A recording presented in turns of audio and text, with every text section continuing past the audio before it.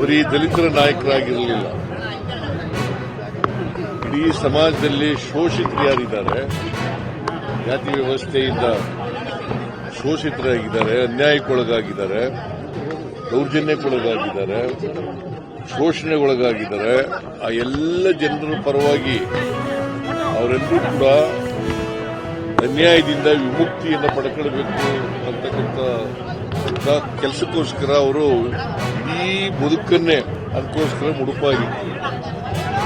ಅವರು ಮಹಾನ್ ಮೇಧಾವಿ, ಬಹಳಷ್ಟು ಓದ್ಕೊಂಡಿದ್ರು. ಎಲ್ಲರೂ ಕೂಡ ಮನುಷ್ಯರಾಗಿ ಬದುಕಬೇಕು, ಸಮಾಜದಲ್ಲಿ ಎಲ್ರಿಗೂ ಸಮಾನತೆ ಸಿಗಬೇಕು, ಎಲ್ಲರಿಗೂ ಆರ್ಥಿಕ, ಸಾಮಾಜಿಕ, ರಾಜಕೀಯ ಸ್ವಾತಂತ್ರ್ಯ ಸಿಗಬೇಕು. ಆಗ ಸಿಕ್ಕಿದಾಗ ಮಾತ್ರ ದೇಶಕ್ಕೆ ಸ್ವಾತಂತ್ರ್ಯ ಬಂದೋದಕ್ಕೆ ಸಾರ್ಥಕ ಆಗ್ತದೆ. 17ನೇ ತಾರೀಕು ಅದಕ್ಕೋಸ್ಕರ ಚರ್ಚೆ ಮಾಡಲಿಕ್ಕೋಸ್ಕರ ಕ್ಯಾಬಿನೆಟ್ ಮೀಟಿಂಗ್ ಅದೊಂದೇ ಸಬ್ಜೆಕ್ಟ್ ಇಟ್ಕೊಂಡು ಕರೆದಿದ್ದೀವಿ. ಅಲ್ಲಿ ಚರ್ಚೆ ಮಾಡ್ತೀವಿ. ಚರ್ಚೆ ಮಾಡಿದ ಮೇಲೆ ಮಾತಾಡ್ತೀವಿ.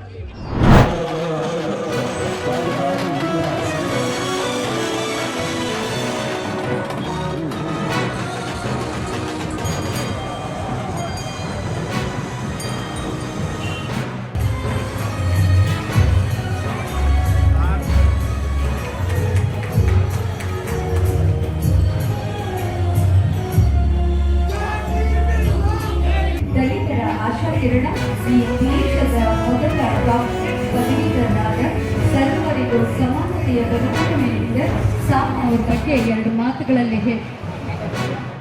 ಬಾಬಾ ಸಾಹೇಬರು ಒಂದು ಜಾತಿಗೆ ಸೀಮಿತವಾದಂತಲ್ಲ. ಬಾಬಾ ಸಾಹೇಬರು ಒಂದು ಜಾತಿಗೆ ಸೀಮಿತವಾದ ಇವತ್ತು ಮಹಾಪುರುಷರು ಯಾರು ಒಂದೊಂದು ಜಾತಿಗೆ ಸೀಮಿತವಾದಂತರು ಯಾರಿಲ್ಲ. ಅವರು ತಂದೆ ಆದಂತ ಕೊಡುಗೆಯನ್ನು ಕೊಟ್ಟ ಇಡೀ ಸಮಾಜ, ಇಡೀ ದೇಶ, ಇಡೀ ಜಗತ್ತು ಅವರ ಕೆಲಸವನ್ನ ಅವರ ಜಯಂತಿಯನ್ನು ಕೆಲಸವನ್ನು ನಾವು ಮಾಡ್ತಾ ಇದ್ದೀವಿ. ಇವತ್ತು ಅನೇಕ ಸಮಸ್ಯೆಗಳನ್ನು ಎದುರಿಸಿ ಶಿಕ್ಷಣ ಪಡೆಯತಕ್ಕಂಥ ಸಂದರ್ಭದಲ್ಲಿ ಕೂಡ ನೋವನ್ನು ಸುರಕ್ಷತೆಯನ್ನು ಎದುರಿಸಿ ಇವತ್ತು ಕೇವಲ ಶಿಕ್ಷಣದ ಮೂಲಕ ದೇಶದ ಜನರಿಗೆ ಏಕತೆಗೆ ಸರ್ವ ಸಮಾಜದ ನಿರ್ಮಾಣಕ್ಕೆ